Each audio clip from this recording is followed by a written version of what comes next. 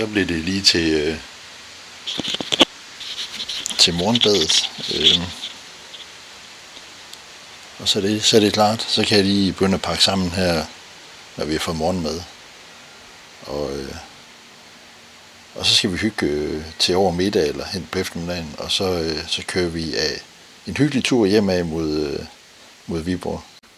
Det her, det er jo sådan en camp-out-tur, eller tur på campen, MC Touring Camp. Vi havde det også sidste år. Jeg tror, det kunne godt blive en tradition, bare lige sådan en enkelt overnatning med hygge den første aften, og så også hygge den næste dag hen til over middag, og så pakker man sammen og kører hjem. I år, jeg ved ikke, altså, vi er i uge... Ja, i dag er vi i uge 30, men vi kom i går søndag uge 29. Man skulle tro, der var mange mennesker ude, men der er helt tomt næsten. Og nu undrer mig lidt lige midt i sommerferien. Men altså, ja, må ikke der kommer nogen her i løbet af uge 30. Det kan man egentlig godt håbe lidt på. Fordi så er der jo nok tomt ude, men det er stadig hyggeligt. Det er det der. Og i går der var, nu ser jeg ikke fodbold, men der var der fyldt nede foran storskærmen indendørs storskærm til at se VM i fodbold.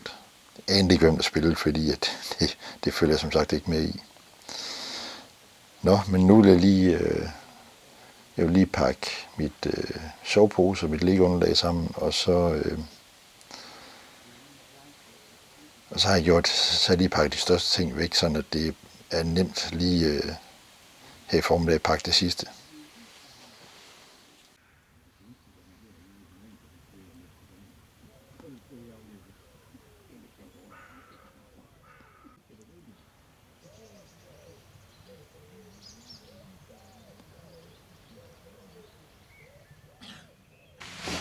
Ja, så er jeg pakket sammen, og så vil vi køre mod Viborg igen.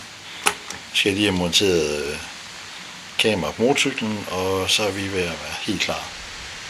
Vi mangler lige de sidste få ting her, der skal på cyklen. Og så ses vi på vejen.